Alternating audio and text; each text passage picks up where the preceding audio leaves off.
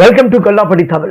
இனி நம்ம பார்க்க போற காணொளி எல்லா நடிகர்களுமே ரீமேக் திரைப்படங்கள் தான் நடிச்சிருக்காங்க.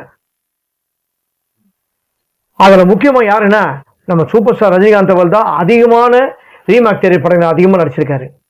என்னடா உண்மையிலேயே சூப்பர் ஸ்டார் ரஜினிகாந்த் மட்டும்தான் ரீமேக் திரைப்படம் நடிச்சிருக்காங்களா? அப்படி இல்லைங்க, இன்னும் நிறைய நடிகர்கள் நடிச்சிருக்காங்க. புரட்சி தலைவர் எம்ஜிஆர் அவர் நடித்த திரைப்படம் எல்லாமே நடித்த பாதி திரைப்படம் காப்பி திரைப்படம் தான். நடிகர் திலகம் சிவாஜி கணேசன் நடித்த பாதி ரீமேக் திரைப்படம் கன்னட சூப்பர் ஸ்டார் கன்னட நடிகர் ராஜ்குமார் நடித்த திரைப்படங்கள் தான் அனைத்து ரீமேக் திரைப்படமே. நடிகர் திலகம் சிவாஜி கணேசன் நடித்த திரைப்படம். ஆனா நம்ம இப்ப பார்க்க போறது என்ன, வீடியோ மறக்காம முடிஞ்ச ஸ்கிப் பண்ணாம பாருங்க. சூப்பர் ஹிட்டான திரைப்படம் நடிகர் அமிதாப் பச்சன் நடித்து மெகா ஹிட்டான திரைப்படம் கூம் பசைனா. இந்த திரைப்படத்துல நடிகர் அமிதாப் பச்சன், வினோத் கண்ணா, நடிகை ரேகா மற்றும் பல திரைப்படத்தில் எத்தனையோ நடிகர் நடிச்சிருப்பாங்க.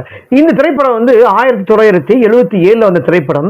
இந்த திரைப்படம் சேம் எந்த விதமான மாற்றங்கள் இல்லாமல் 1989 வந்த திரைப்படம். கே பாலச்சந்தர் தயாரிப்பில் சூப்பர் ஸ்டார் ரஜினிகாந்த் நடித்த ஹிட்டான திரைப்படம் சிவா. இந்த ரீமேக்கும் தமிழுக்கும் என்ன டிஃபரெண்ட், அதாவது ஹிந்திக்கும் தமிழுக்கும் என்ன டிஃபரெண்ட் பார்ப்போம். அதாவது இந்த ஹிந்தி படத்துல இருந்து நம்ம அப்படியே தமிழை ரீமேக் பண்ணாலும் நிறைய மாற்றங்களா இருக்கு. அதாவது கூங் பசைனால 1977 வந்தா கூட இந்த திரைப்படத்தை பார்த்து அப்படியே தமிழ்ல ரீமேக் பண்ணியிருக்காங்க சிவா. ஆனா நம்ம தலைவர் சூப்பர் ஸ்டார் ரஜினிகாந்த் அவருக்காக நிறைய சீன்ஸுக்கு இந்த திரைப்படத்தில் நிறைய கேரக்டர் மாத்திருக்காங்க. அதே மாதிரி நம்ம ரகுவரன் நடிச்சிருப்பாரு, தலைவர் ரஜினிகாந்த் அவர்களுக்கு நண்பராக நடிச்சிருப்பாரு. அந்த கேரக்டருக்காக நிறைய மாத்திருக்காங்க. நீங்க ஹிந்தியும் தமிழ்ல போட்டு பார்த்தீங்கன்னா, அதாவது தமிழ்ல ஹிந்தியில வராத சீன்ஸுங்கெல்லாம் ரொம்ப சென்டிமெண்டா, ஆக்ஷன், காமெடி, ரொமான்டிக்கெல்லாம் சிவா படத்துல வரும். நம்ம சிவா படத்தை பார்த்துட்டு நம்ம கூங் பசைனா பார்த்தோன்னா நிறைய டிஃபரன்ஸ் தெரியும். அதாவது இந்த ரீமேக் திரைப்படத்தை பொறுத்த வரைக்கும், ஏன்னா அமிதாப் பச்சன் அவங்க நடித்த திரைப்படம் எத்தனையோ திரைப்படங்கள் எல்லாமே ரஜினிகாந்த் அவர் நடித்தாலும் அதெல்லாம் கொஞ்சம் ஈக்குவலாகவே இருக்கும். ஆனால் இந்த திரைப்படம் நான் பார்த்த வரைக்கும் பார்த்தீங்கன்னா நிறைய டிஃப்ரெண்ட் இருக்கு. இன்னும் கேட்டிங்கன்னா அந்த ஒரு நண்பர்கள் ரெண்டு பேரும் சந்திப்பாங்க. அந்த நண்பர்கள் சந்திக்கும் போது ஒரு சென்டிமெண்டான ரியாக்ஷன்ஸ் இருக்கும். அந்த ரியாக்ஷன்ஸ் கூங் பசைனால கம்மியாக தான் இருக்கு. சிவால ரொம்ப ரகுவரனும் அவங்களும் ரெண்டு பேரும் மீட் பண்ணி அவங்க ரகுவரன் சார் ஆக்ஷன்ஸ் எல்லாம் ஒரு மாதிரியா இருக்கும். ஏன்னா சிவா பாத்தீங்கன்னா ஒரு நட்புக்கு எடுத்துக்காட்டான திரைப்படம் தான் சிவா. ஏன்னா இவங்க சின்ன வயசுல இருந்தே இணை பிரியாத நண்பர்கள். அதாவது இவரும் கேட்டா ஜான் மேல சத்தியன்வாரு, அவரு கேட்டா சிவா மேல சத்தியன்வாரு. அந்த மாதிரி நம்ம ரஜினிகாந்த் கேரக்டர் ஜான் மேல சத்தியம் பண்ணுவாங்க, சிவா மேல சத்தியம் ரகுவரம் பண்ணுவாரு. அந்த மாதிரி ஒரு சின்ன வயசுலேயே ஒரு இணைப்பிரியா நண்பர்கள். இவங்க எப்படி நண்பர்களோ அதே மாதிரி தான் இவங்க அப்பா அம்மாவும் சரி, எல்லாமே நண்பர்கள். அந்த ஊர்ல ஒரு வினு சக்கரவர்த்தி வில்லன் கேரக்டர்.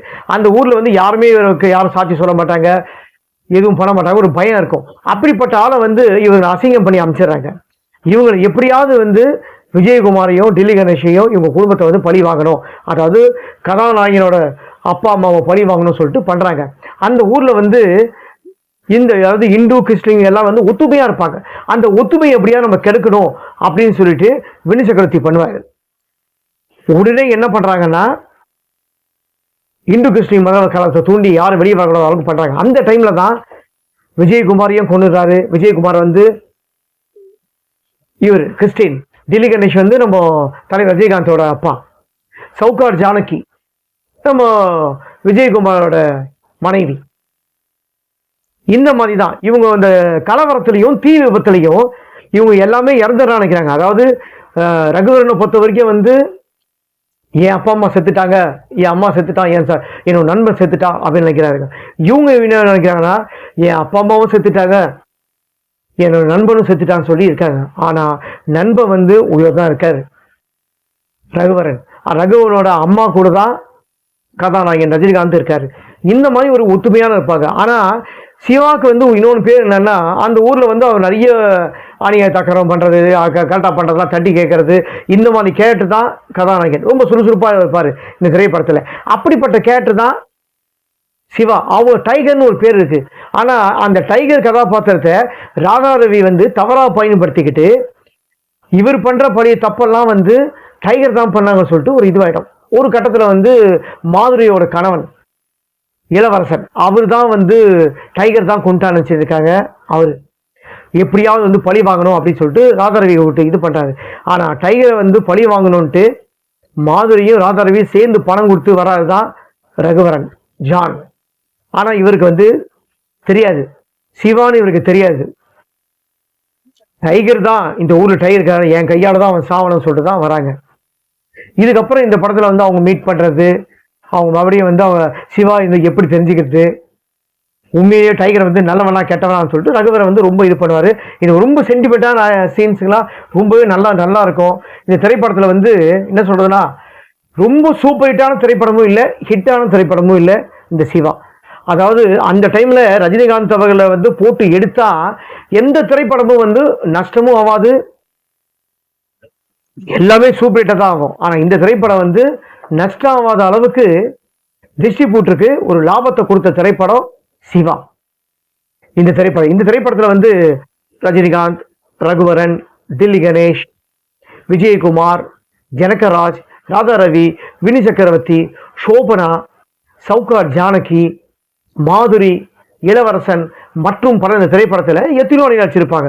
இந்த திரைப்படத்துல வந்து தயாரிப்பு கே பாலச்சந்தர் தயாரிப்பு. இந்த திரைப்படத்துல வந்து எல்லா பாடலுமே வந்து ரொம்ப அருமையான பாடல்கள். 36 வருஷம் ஆயும் இந்த திரைப்படம் வந்து இப்பவும் வந்து பாட்டெல்லாம் வந்து நம்ம மனசுல ஆழமா இருக்கு, பட்டி தொடிலாம் ஒழிச்சுதான் இருக்கு. இசை ஞானி இளையராஜா அவர்கள் தான் இந்த அருமையான திரைப்படத்துக்கு இசை. இந்த திரைப்படத்துல வந்து மறக்க முடியாத பாட்டு எவ்வளவு பாட்டு கேக்குதுங்க. பார்வதி அப்படி இருக்கு, பார்வதின்னு ஒரு பாட்டு இருக்கு. ஜனகராஜையும் வந்து டிஸ்கோ சாந்தியை வந்து ஒரு பாட்டு இருக்குது, இளையராஜாவோ பாடியிருப்பாரு. அந்த மாதிரி பாட்டா இருக்கு. இன்னும் நிறைய பாட்டு கேக்குது இந்த படத்துல. எத்தனை பாட்டு நம்ம சொல்றது, ஓகேங்களா? அந்த மாதிரி பாட்டு யாராவது இந்த சிவா படத்தை பார்க்கணும் விருப்பப்பட்டீங்கன்னா, ஏன்னா இந்த திரைப்படத்தை வந்து அந்த அளவுக்கு வந்து டிவிலையும் யாரும் போடுறது இல்லை. ஸோ இந்த திரைப்படத்தை யாராவது பார்க்கணும் விருப்பப்பட்டீங்கன்னா யூடியூப்ல வந்து நிறைய இருக்கு. அந்த திரைப்படத்தை வந்து போய் பாருங்க, பார்க்க விருப்பப்படுறவங்க. ரஜினிகாந்த் ரசிகளை பொறுத்த வரைக்கும் சொல்லவே தேவையில்லை, அவங்க தமிழ் படத்தை எப்பவுமே பார்ப்பாங்க, கொண்டாடி தான் இருக்காங்க. இந்த திரைப்படத்தை வந்து கூங் பசைனா 1977 வந்த திரைப்படம், ஹிந்தி திரைப்படம். 1989 வந்த திரைப்படம் சிவா. இந்த திரைப்படத்தை பத்தி தான் நான் உங்களுக்கு இப்ப வந்து பேசியிருந்தேன். இந்த திரைப்படத்தை பத்தி நான் கொடுத்த காணொளி உங்களுக்கு பிடிச்சிருந்தா மறக்காம கமெண்ட் பாக்ஸ்ல உங்க கருத்தை வந்து பதிவு பண்ணுங்க. கல்லா படி தமிழ் யூடியூப் சேனலை மறக்காம சப்ஸ்கிரைப் பண்ணுங்க, லைக் பண்ணுங்க, ஷேர் பண்ணுங்க.